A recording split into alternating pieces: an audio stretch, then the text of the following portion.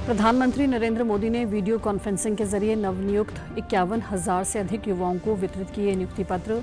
युवाओं को बताया राष्ट्र की प्रगति और सफलता की नींव। रोजगार मेला के अंतर्गत पंचकुला में केंद्रीय मंत्री अर्जुन राम मेघवाल ने और केंद्रीय राज्य मंत्री कृष्णपाल गुर्जर व राव इंद्रजीत सिंह ने फरीदाबाद और गुरुग्राम में प्रदान किए नियुक्ति पत्र। सूचना और प्रसारण मंत्रालय ने सभी मीडिया चैनलों के लिए परामर्श किया जारी। राष्ट्रीय सुरक्षा के हित में आतंकवाद रोधी अभियानों और सुरक्षा बलों की गतिविधियों की लाइव कवरेज से दूर रहने की दी सलाह। और नूंह में 2 विभिन्न सड़क हादसों में कुल 9 लोगों की हुई मृत्यु। दिल्ली मुंबई एक्सप्रेस वे पर पिकअप ने सफाई कर्मियों को मारी टक्कर, पुलिस जांच में जुटी।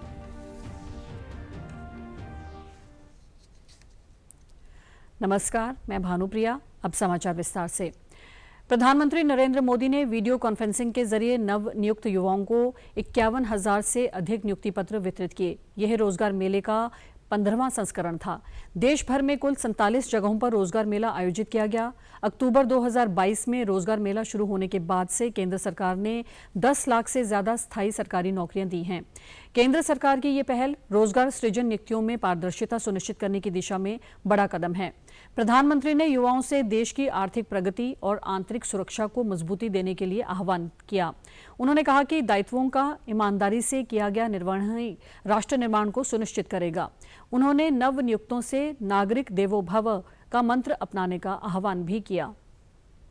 का पद भारत के हर नागरिक की सेवा करने और देश की प्रगति में अपना योगदान देने के लिए है। अभी कुछ दिन पहले सिविल सर्विसेज डे पर मैंने एक मंत्र दिया था और मैंने कहा था कि हम सरकार में जितने भी लोग हैं, हमारे लिए तो एक ही मंत्र सर्वोपरि होना चाहिए और वो मंत्र है नागरिक देवो भव। नागरिक देवो भव। नागरिक की सेवा ही आपके लिए, हम सब के लिए देव पूजा के समान है। प्रधानमंत्री ने कहा कि मैन्युफैक्चरिंग, डाटा इनोवेशन ऐसे कई क्षेत्र हैं जहां देश के युवा अपनी प्रतिभा दुनिया के सामने रख रहे हैं। भारत अब युवाओं को हर एक क्षेत्र में अवसर दे रहा है। उन्होंने कहा कि कुछ दिन बाद ही मुंबई में आयोजित होने वाले वेव्स सम्मेलन एआई और इमर्जिंग मीडिया के क्षेत्र में युवाओं को एक मंच प्रदान करेगा। मुंबई में world audio visual and entertainment summit यानी वेव्स 2025 का आयोजन होने जा रहा है। इस आयोजन के केंद्र में भी देश के युवा है। देश के यंग क्रिएटर्स को पहली बार इसी तरह का मंच मिल रहा है। मीडिया, गेमिंग और एंटरटेनमेंट फील्ड के इनोवेटर्स के लिए ये प्रतिभा दिखाने का अभूतपूर्व अवसर है।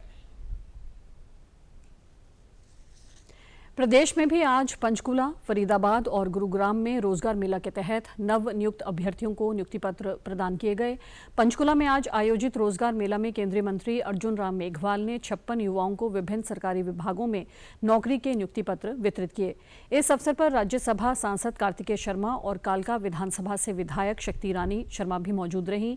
उन्होंने कहा कि सभी चयनित को निर्धारित प्रक्रिया के तहत ही रोजगार मिला है।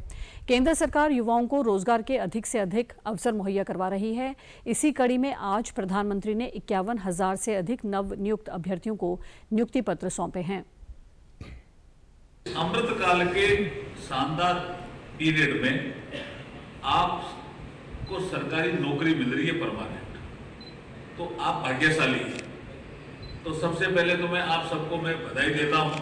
अभी तो यहाँ बैठे 56, वैसे 51,000 लोगों को देश भर में आज 47 स्थानों पे ये कार्यक्रम चल रहा है, लेकिन तो 56 बैठे हैं ये नौकरी तो बिना किसी पैसे के, बिना किसी भ्रष्टाचार के, बिना किसी सिफारिश के लगी होगी ना, कि आपको पारदर्शिता लगे सिस्टम में, कि नहीं भाई मेरी नौकरी ठीक लगी है, और जिसकी नहीं लगी है वो कोई परेशान नहीं हो, नहीं भी मेरे को यहां तक मैं पहुंचूंगा तब लगेगी। वहीं विभिन्न विभागों में नौकरी पाने वाले अभ्यर्थियों ने सरकार की ओर से पारदर्शी तरीके से रोजगार देने पर आभार व्यक्त किया।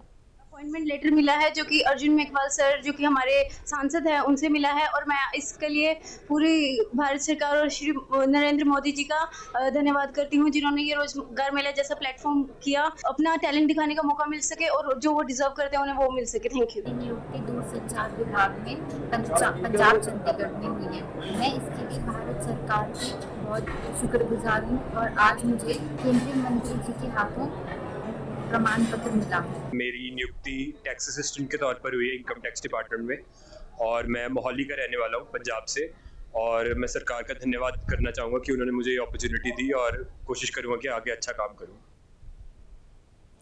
वहीं इस दौरान पहलगाम हमले में जान गंवाने वालों को नमन करते हुए 2 मिनट का मौन भी रखा गया। अर्जुन मेघवाल ने आतंकी घटना की निंदा करते हुए कहा कि अब आतंकवाद का सफाया होना चाहिए। केंद्र सरकार इस दिशा में लगातार कड़े कदम उठा रही है। आतंकवाद का सफाया होना चाहिए, इस दिशा में प्रधानमंत्री नरेंद्र मोदी जी ने पटना से आह्वान किया है। आप सबको सिंधु जल समझौते का आप जिक्र कर रहे हो, 1960 में ये इंडस वैली ट्रीटी बनी थी। अब देश में एक वातावरण बना है कि रक्त और पानी दोनों साथ साथ नहीं बह सकते। तो इस दिशा में कल हमारे जो जल शक्ति मंत्री हैं उन्होंने पूरी बात स्पष्ट किया। वहीं फरीदाबाद के सीजीएसटी भवन में केंद्रीय राज्य मंत्री कृष्णपाल गुर्जर ने 100 से ज्यादा नवनियुक्त अभ्यर्थियों को सरकारी नियुक्ति के पत्र सौंपे और उनके उज्जवल भविष्य की कामना की। इस अवसर पर केंद्रीय राज्य मंत्री ने कहा कि आज पूरे देश में 51,000 से ज्यादा अभ्यर्थियों को प्रधानमंत्री ने नियुक्ति पत्र सौंपे हैं। यूपीए की सरकार ने जितने रोजगार दिए उससे दोगुने रोजगार एनडीए की सरकार ने नौजवानों को दिए हैं। उन्होंने कहा कि केंद्र ने नौजवानों को आगे बढ़ाने के लिए अनेक योजनाएं चला रखी हैं। जिस देश का नौजवान जितना आत्मनिर्भर होगा वह देश उतना ही तरक्की करेगा।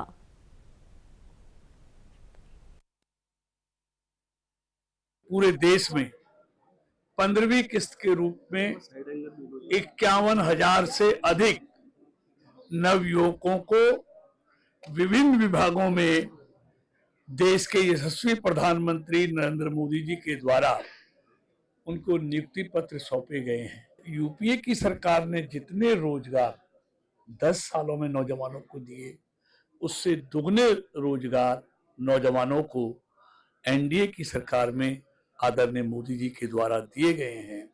और उनके लिए अलग से चाहे डिजिटल इंडिया है, चाहे स्टार्टअप इंडिया है, चाहे मेक इन इंडिया है, तो ये सारी जो जितनी भी योजनाएं हैं इस देश के नौजवानों को आगे बढ़ाने के लिए मोदी जी ने शुरू की। इस मौके पर नियुक्ति पत्र पाने वाले अभ्यर्थियों ने अपनी खुशी का इजहार करते हुए रोजगार उपलब्ध करवाने पर सरकार का धन्यवाद किया। डिपार्टमेंट के लिए चयन किया गया है। मैंने इस चीज के लिए बहुत मेहनत की और मैंने फर्स्ट एग्जाम दिया और मेरा फर्स्ट बार में सिलेक्शन हो गया। इस चीज के लिए मुझे बहुत अत्यधिक प्रसन्नता है। मैं भारतीय सेना में 16 साल सर्विस किया और 30 मार्च को रिटायर हुआ हूँ और अभी मुझे सीबीआईसी में टैक्स असिस्टेंट की ज्वाइनिंग हुई। रोजगार मेले में आके मुझे बहुत अच्छा। सरकार ने जैसे एक सर्विसमैन के लिए काफी वैकेंसी निकाली थी जिसकी वजह से मुझे 1 महीने में आती जॉब मिल गई। पहले जो प्रोसेस था बहुत लंबा था, 7-8 महीने लग जाते थे। आजकल गवर्नमेंट ने जो है बहुत फास्ट कर दिया है। डीजीपीएम डिपार्टमेंट का कभी नहीं सोचा था, 3 साल मेहनत करने के बाद जब ये प्राप्त हुआ तो बहुत अच्छा लगा।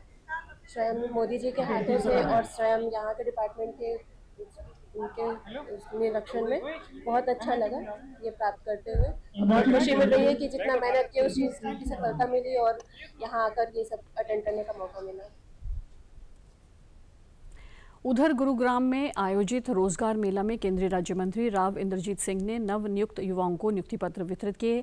उन्होंने सभी नियुक्ति पत्र पाने वाले अभ्यर्थियों को बधाई देते हुए कहा कि आज की यह नियुक्तियां प्रधानमंत्री नरेंद्र मोदी के नेतृत्व में केंद्र सरकार की रोजगार सृजन के प्रति गहरी प्रतिबद्धता का प्रत्यक्ष प्रमाण है। उन्होंने ये भी उल्लेख किया कि रोजगार मेला केवल नौकरियां उपलब्ध कराने का माध्यम नहीं है, बल्कि ये युवाओं को राष्ट्र निर्माण में सक्रिय योगदान देने का महत्वपूर्ण अवसर भी प्रदान करता है। नियुक्ति पत्र प्राप्त करने वाले सभी युवाओं से उन्होंने अपेक्षा व्यक्त की कि वे अपने दायित्वों का निर्वहन पूरी निष्ठा, समर्पण और सेवा भावना के साथ करेंगे। पिछले बार जब नियुक्त हुए थे प्रधानमंत्री सेकंड टर्म के अंदर, तो उस टाइम उन्होंने ये संकल्प लिया था कि हम 10 लाख बच्चों को 5 साल के अंदर नौकरी देंगे। तो जो पिछले 5 साल निकल गए उसके अंदर 8.5 लाख के करीब दे चुके हैं। और ये जो नया हमारी पारी है 24 से लेकर के 29 तक, इसके अंदर भी 10 लाख बच्चों को रोज़गार देने का संकल्प हमारी सरकार ने और हमारे प्रधानमंत्री ने लिया है।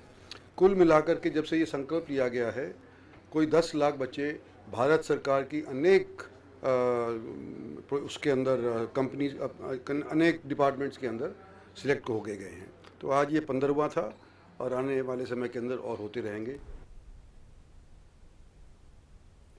सूचना और प्रसारण मंत्रालय ने सभी मीडिया चैनलों के लिए परामर्श जारी किया है। इसमें उन्हें राष्ट्रीय सुरक्षा के हित में आतंकवाद रोधी अभियानों और सुरक्षा बलों की गतिविधियों की लाइव कवरेज से दूर रहने की सलाह दी गई है। मंत्रालय ने मीडिया से रक्षा अभियानों या गतिविधियों से संबंधित स्रोत आधारित सूचना पर रिपोर्टिंग करने से भी दूर रहने की सलाह दी है।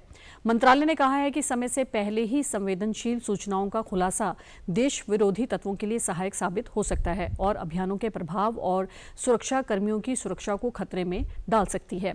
मंत्रालय के अनुसार विगत की घटनाओं ने जिम्मेदार रिपोर्टिंग के महत्व को उजागर किया है। कारगिल युद्ध, मुंबई आतंकी हमलों तथा कंधार अपहरण जैसी घटनाओं के दौरान अनियंत्रित कवरेज ने राष्ट्रीय हितों को प्रतिकूल रूप से प्रभावित किया था।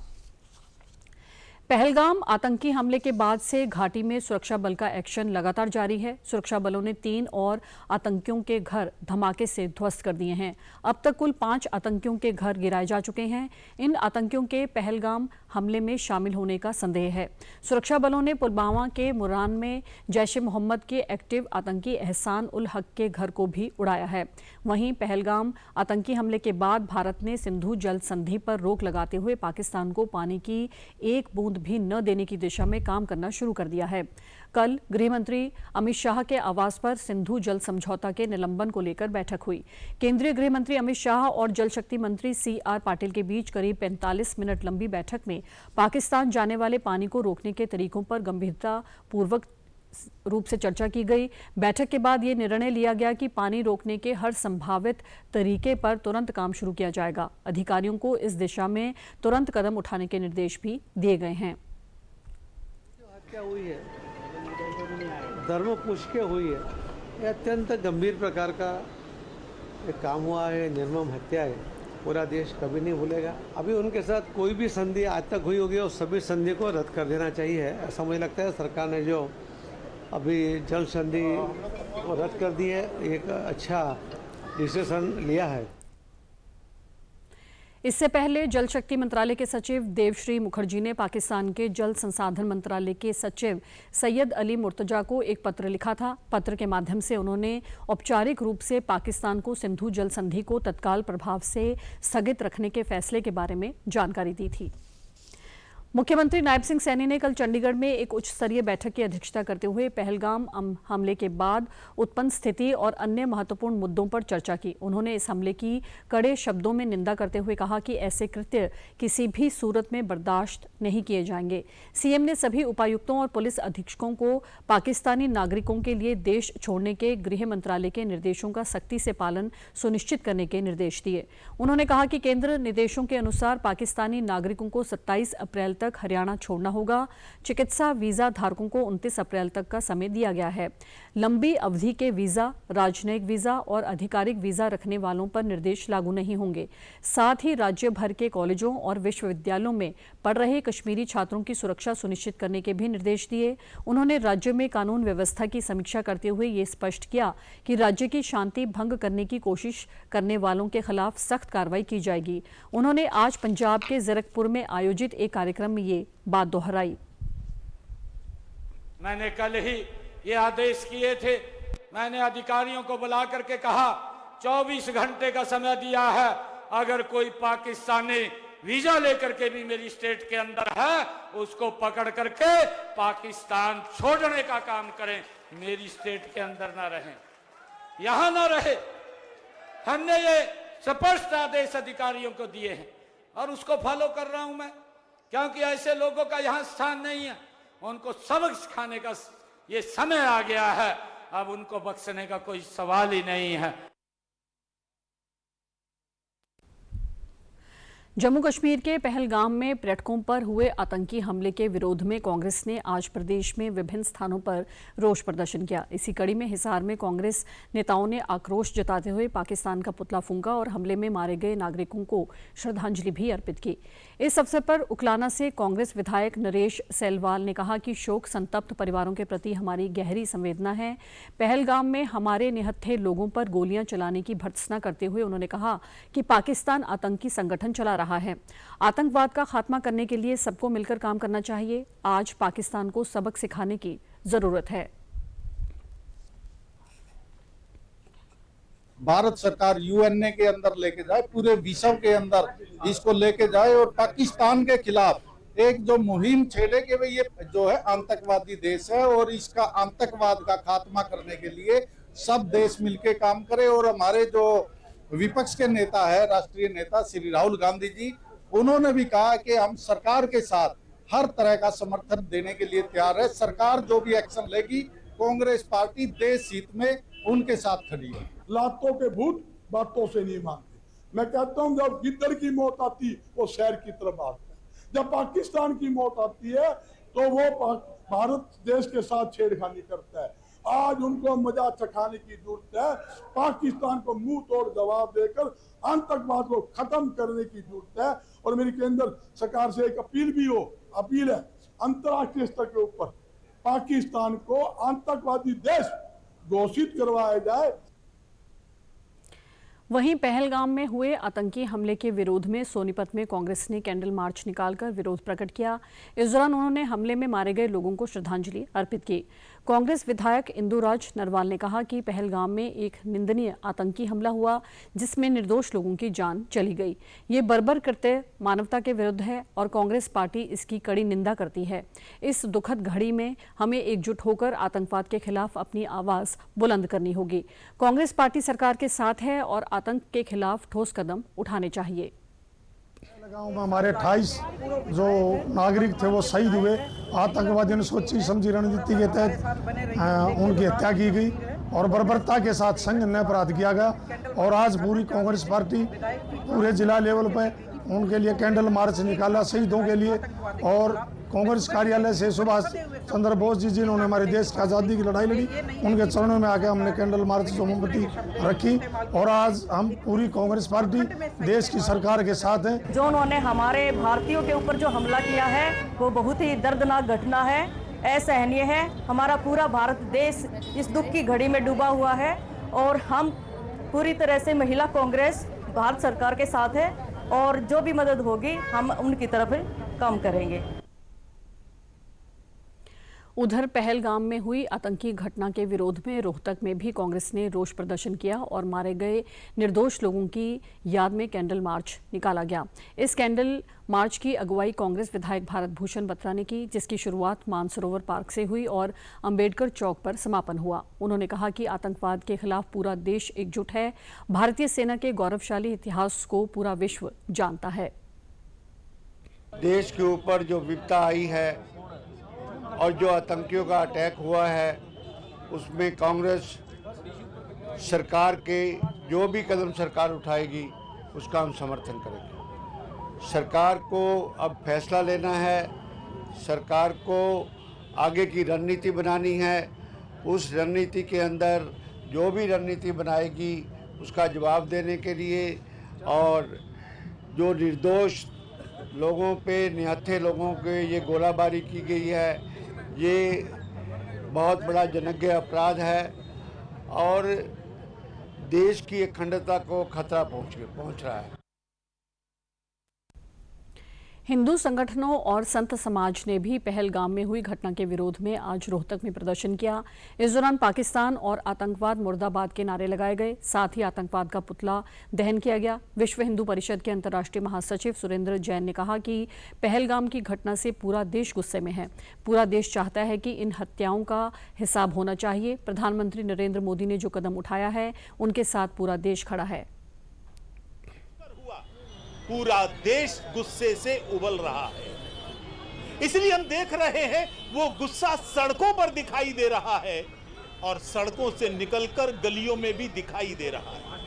पूरा देश आज मोदी जी से अपेक्षा कर रहा है, अब बहुत हो गया, अब जिहादी आतंकवाद खत्म होना चाहिए और इसको प्रश्रय देने वाला, इसको जन्म देने वाला, इसको प्रेरणा देने वाला जो पाकिस्तान है, उसके भी अब टुकड़े टुकड़े हो जाने चाहिए। अब पाकिस्तान का नाम केवल किताब में रह जाए, भूगोल में पाकिस्तान नहीं रहना चाहिए। दिल्ली मुंबई एक्सप्रेस वे पर नूह के समीप गांव इब्राहिम बास के पास आज सुबह हुए सड़क हादसे में 7 लोगों की मृत्यु हो गई और 4 घायल हैं। घायलों में से कुछ की हालत नाजुक बनी हुई है। वह मरने वालों में गांव खेड़ी कलां की 6 महिलाएं शामिल हैं। घटना की सूचना मिलने के बाद पुलिस ने घटनास्थल पर जाकर शवों को समीप के अस्पताल की मोर्चरी में रखवा दिया है और घायलों को इलाज के लिए अस्पताल भेजा गया। स्थानीय विधायक मामून खान इंजीनियर ने पीड़ित परिजनों से अल आफिया सामान्य अस्पताल मांडी खेड़ा पहुंचकर मुलाकात की और इस घटना पर दुख व्यक्त किया। प्राप्त जानकारी के अनुसार तेज रफ्तार की वजह से ये हादसा हुआ है। दूसरी ओर ग्रामीणों का कहना है कि मृतक दिल्ली मुंबई एक्सप्रेस वे पर पेड़ों में पानी डालने, घास की निलाई करने और पेड़ों की छंगाई का काम करती थी। ग्रामीणों ने सरकार से इन महिलाओं के गरीब परिवारों की आर्थिक मदद की मांग की है। साथ ही हादसे के दौरान मौके पर फरार पिकअप चालक को सख्त सजा देने की मांग भी की है। पुलिस ने मामला दर्ज कर अज्ञात पिकअप चालक की तलाश शुरू कर दी है। लेबर्स को उसको एक पिकअप गाड़ी ने टक्कर मार दी, जिसमें 5-6 लेडीज एक्सपायर होगी, 4 इंजर्ड हैं और एक जेंट्स है जो इंजर्ड है। पुलिस एम्बुलेंस द्वारा इंजर्ड को और डेड बॉडीज को हॉस्पिटल में भेज दिया गया है और हमारी टीमें उनका इन्वेस्टिगेशन जारी है। तो इनको एडमिट करा दे रहा है। हमारा फर्स्ट प्रायोरिटी है कि इनको अच्छा इलाज मिले और हॉस्पिटलों में बोल दिया गया है और डी साहब प्रशासन को भी कुछ घायल, हाँ 4 इसमें इंजर्ड हैं। माहौल तो है ही, 6 औरतें मरी आकर, पूरे गांव में मातम छाया हुआ है और बहुत बड़ा हादसा हुआ है गांव में और ऐसा हादसा कभी और पहले तो हुआ नहीं है, शुरू में हादसा हुआ है। और ये औरतें जो बेचारी अपने मजदूरी के लिए और ये रोड वाले ले जावे इन्हें मजदूरी करें लो तो वे उनको सफाई वफाई करवावे रोड की, तो पेड़ पौधों की, उसके लिए मजदूरी करने जावे। वहीं अलवर राष्ट्रीय राजमार्ग 248A पर हुए दूसरे हादसे में 2 लोगों की मौत हो गई और 3 घायल हो गए। कंकर खेड़ी और पेट्रोल पंप के बीच ये हादसा हुआ। घायलों को इलाज के लिए नल्हड़ मेडिकल कॉलेज में भर्ती किया गया। घायलों में महिला व बच्ची शामिल हैं। बस और ऑटो में हुई जोरदार टक्कर के बाद पुलिस ने शव कब्जे में लेकर कार्रवाई की शुरू कर दी है। वेव्स 2025 शिखर सम्मेलन के अंतर्गत एनिमेशन फिल्म मेकर्स चैलेंज का आयोजन किया जा रहा है। इसका उद्देश्य एनिमेशन और विजुअल स्टोरी टेलिंग के क्षेत्र में उभरती भारतीय प्रतिभाओं को बढ़ावा देना है। इस प्रतियोगिता में देश भर से 42 फाइनलिस्ट चुने गए हैं, जिनमें से प्रत्येक को उनकी कहानियों, विजुअल पेश करने के तरीकों और संभावित वैश्विक प्रभाव के आधार पर चुना गया। इन प्रतिभागियों में छात्र, फ्रीलांसर और कलाकार भी शामिल हैं। एनिमेशन फिल्म मेकर्स चैलेंज देश के एनिमेटरों को बढ़ावा देने के लिए एक मंच के रूप में कार्य करता है, जिससे उन्हें वैश्विक स्तर पर सफल होने के लिए आवश्यक उपकरण और एक्सपोजर मिलने में सहायता मिली।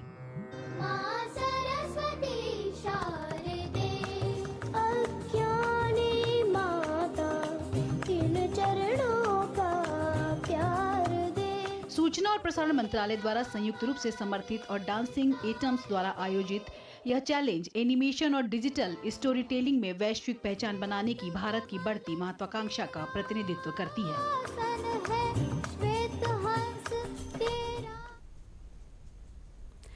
नशा मुक्ति के संकल्प को लेकर प्रदेश के लोगों में एक नई ऊर्जा देखने को मिल रही है। इसी कड़ी में आज साइक्लोथॉन 2.0 को फतेहाबाद से सिरसा जिले के लिए रवाना किया गया, जहां कल इसका समापन होगा। यात्रा के दौरान लोगों में उत्साह देखने को मिला। स्कूल, कॉलेज छात्रों व युवाओं ने साइकिलों पर सवार होकर नशा मुक्ति के संदेश को जन जन तक पहुंचाने का संकल्प लिया। उपायुक्त मनदीप कौर ने साइकिल यात्रा को हरी झंडी दिखाकर रवाना करते हुए बताया कि फतेहाबाद ने एकजुटता और सामाजिक जिम्मेदारी का बेहतरीन उदाहरण पेश किया है। ड्रग फ्री हरियाणा जैसे महत्वपूर्ण अभियान में सबसे ज्यादा 61,000 रजिस्ट्रेशन देकर हमारे जिले ने प्रदेश में पहला स्थान प्राप्त किया है। यह दर्शाता है कि फतेहाबाद के लोग नशा मुक्त समाज के लिए सक्रिय भूमिका निभा रहे हैं। हम चाहते हैं कि हर नागरिक इस मुहिम का हिस्सा बने और अपने घर, परिवार व समाज को नशे से दूर रखने का संकल्प ले।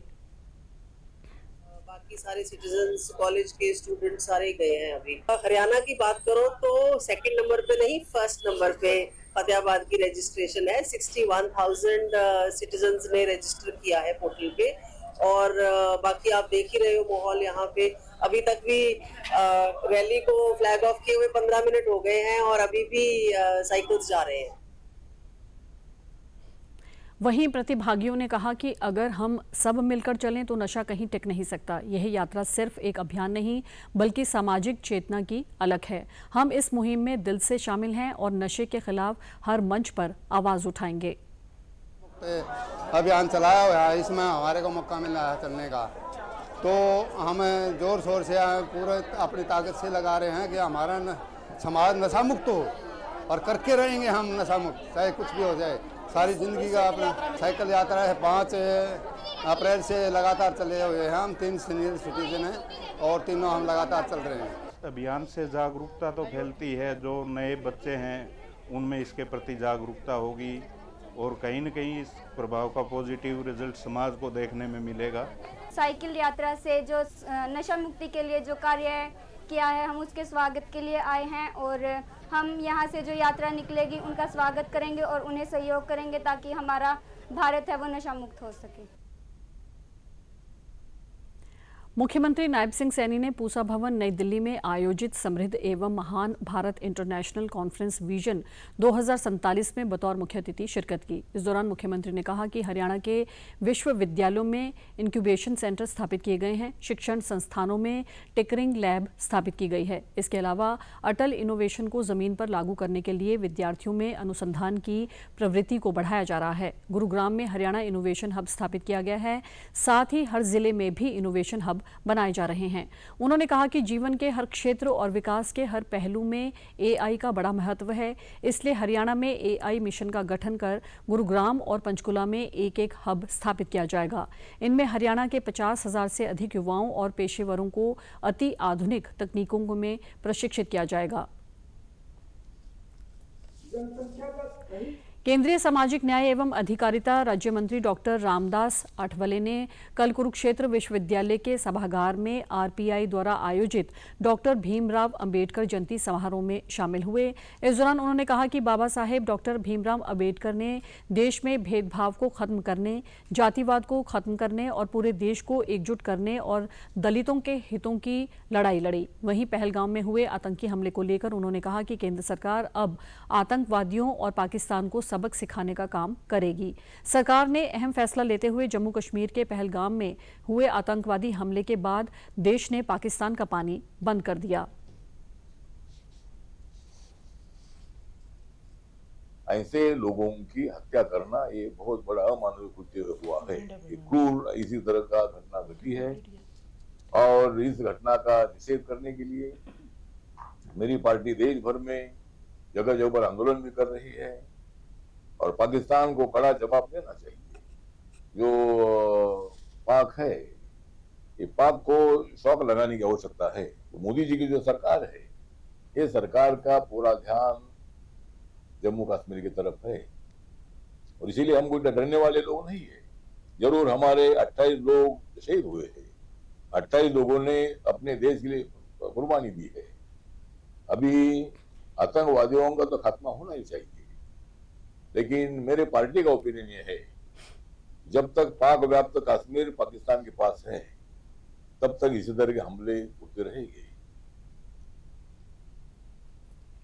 केंद्रीय राज्य मंत्री डॉक्टर रामदास आठवले ने कहा कि मुख्यमंत्री नायब सिंह सैनी के नेतृत्व में हरियाणा का तेजी से विकास हो रहा है। समाचारों में आज इतना ही। नमस्कार।